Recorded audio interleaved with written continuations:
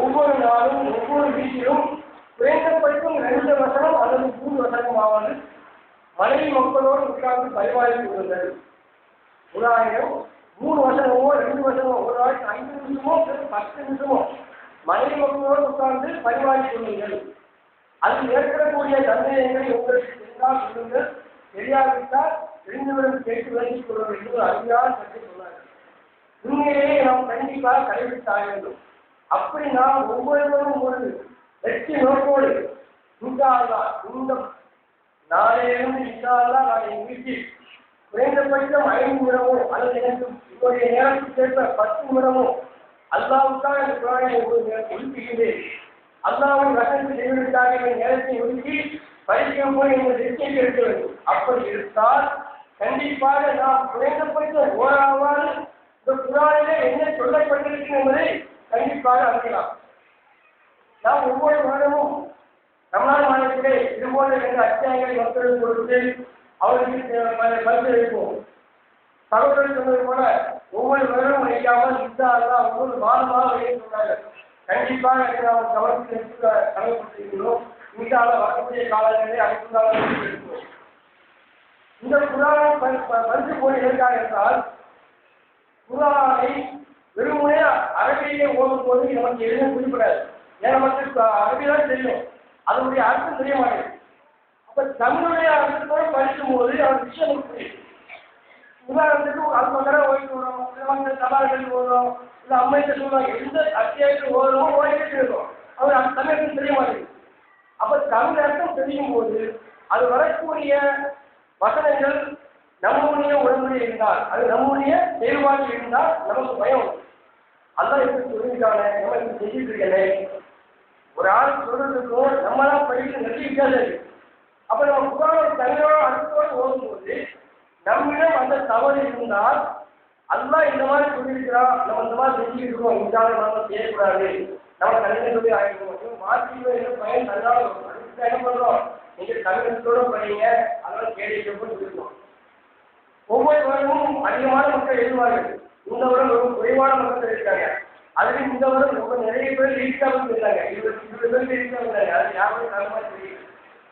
நம்ம சார்ந்து அத்தோட படி தமிழ் அர்த்தம் சார்ந்து இன்ஷாஅல்லாஹ் வரக்கூடிய காலங்களில் தகவல் சொன்ன மாதிரி ஒவ்வொரு மாதமும் 2 மாதங்களுடைய 2 அத்தியாயமோ கிடைக்க மாட்டேன்னு வச்சோம்.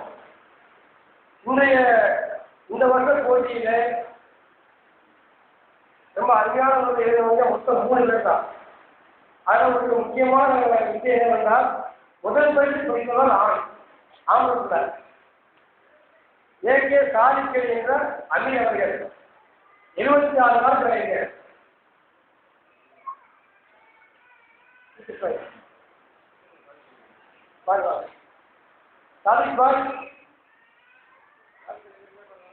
சாதிப்பாருங்களா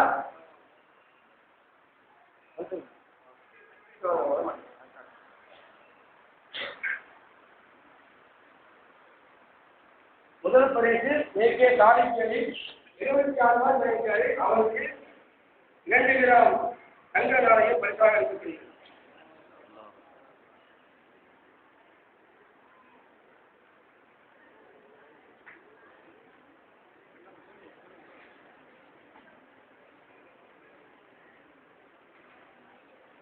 இரண்டாவது பரிசு ஜன்னத்துல் ஃபிர்தௌஸ். ஜன்னத்துல் ஃபிர்தௌஸ் இரண்டாவது பரிசு 22 ரூபாய் கிடைக்கிறாங்க.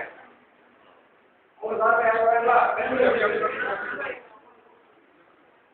அவங்க சாப்பிட யாரும்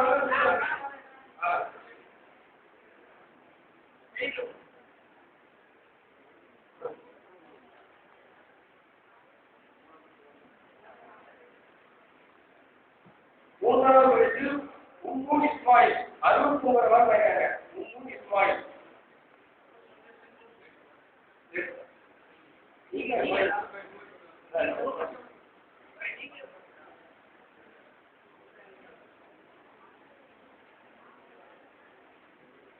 இதுபோல 6 பிரச்சனைகள் ஏகே வித்தி கழித்தா 68 ரூபாய்க்கு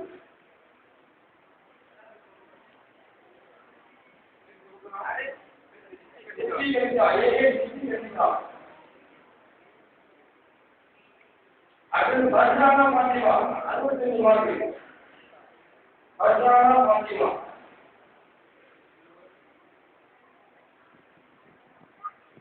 மூன்றாவது தாஹிரா யாஸ்மின் 64 மார்க்கு. ஆறு பேர் டக்குனு முடிச்சோம். அது ஒரே ஒரு ஆறு பத்து தாஹிரா 64 மார்க்கு.